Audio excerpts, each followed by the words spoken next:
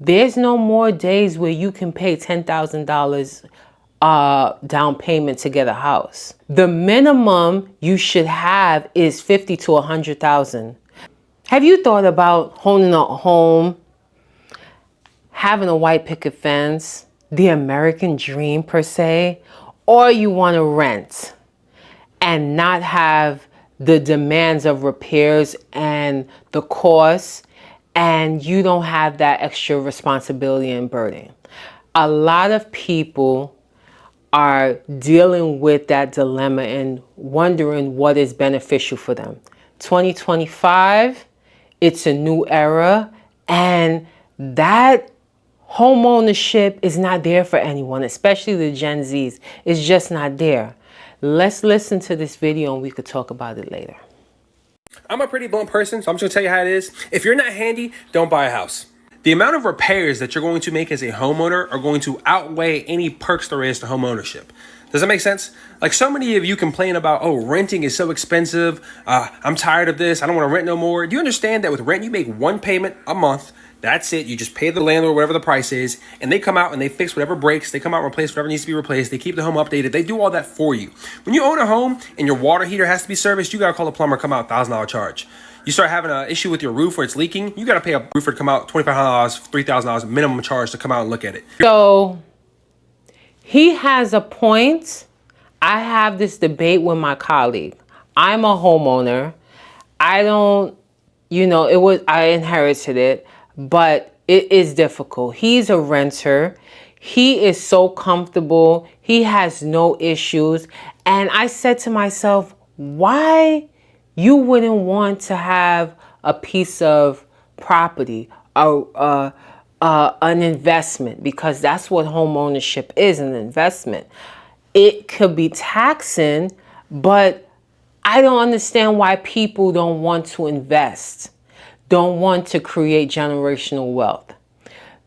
And it's not for everyone. But at one point it was that society showed you that owning your own property means that you made it. But a lot of people are house poor as a result, because you get that $500K and you think after you buy the home, that's it.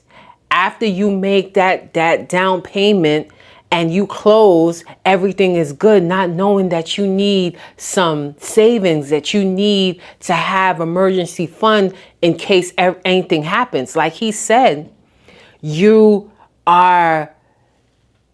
something breaks down. As a homeowner, you have to fix it. You have to have that repair guy on standby. As a renter, you call the landlord and they fix it, because the making sure the house and the apartment is efficient is the landlord's responsibility. But where is your equity in renting? Where are you able to have some type of assets? You don't. But that's the luxury of renting, not having to worry about stuff. Even though the asset, you don't have it. But let's watch the remaining of the video. System goes out, you're the one that's got to call an HVAC company to come out and service that for $1,000 minimum or $2,000 minimum. If it's got to be replaced, 10, 15 grand. Like, a lot of the charges outweigh the perks of home ownership. And so many of you are like, oh no, that doesn't happen very frequently. I bought my house. It was a remodel. It was a 30-year-old townhome. It's 1,100 square feet. When I bought this place, the kitchen had just been redone. The appliances were new. Everything, the water heater.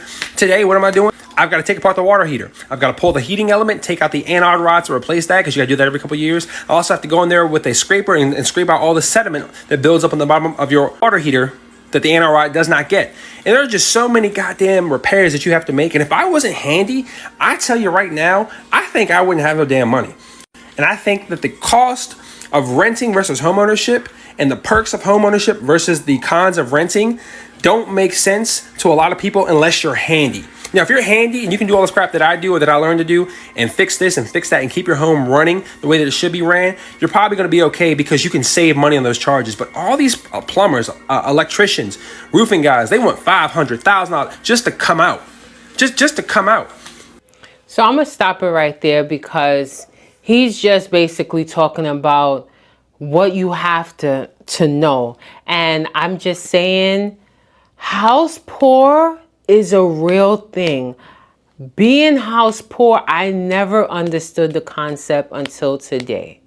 And now I realize when I'm speaking to my colleague that's a renter, now I realize because there are so many laws, so many penalties.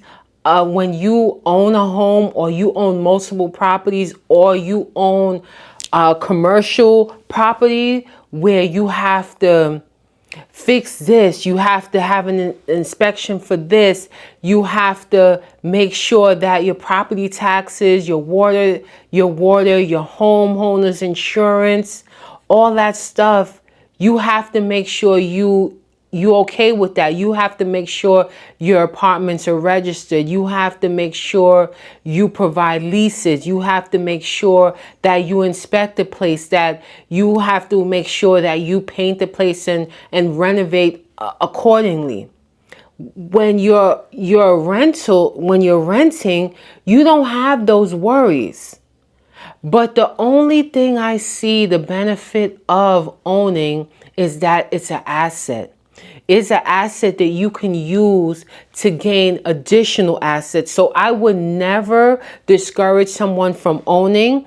I would encourage them to be more prepared to own a home, have more of a savings, and have money to repair, and don't let those repairs fall at the wayside, because the more you let it linger, the more money is going to cost to repair.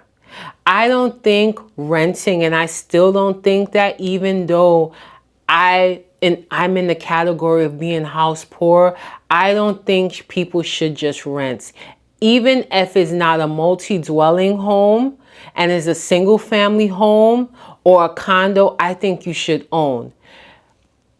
Financially, you should own multiple dwellings, because you can always use the rental income to help pay the mortgage. When you're in a one family home or a single family home, your money that you make from your salary has to go to the mortgage, and there's nothing to help you with that mortgage beside your salary.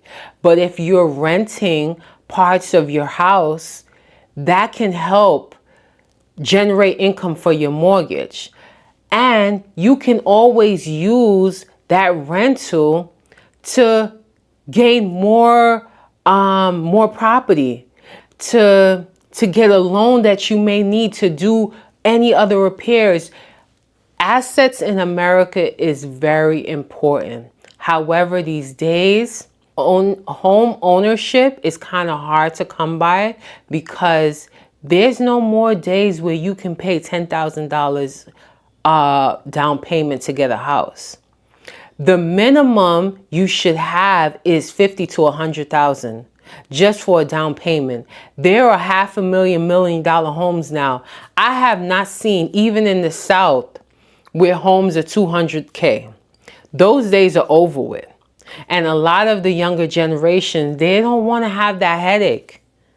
They don't want to have that headache. So we're going to have a bunch of people just renting with no assets. And I think the business of flipping homes is still viable. It's still needed. It's still good. But share your thoughts. Tell me what you think.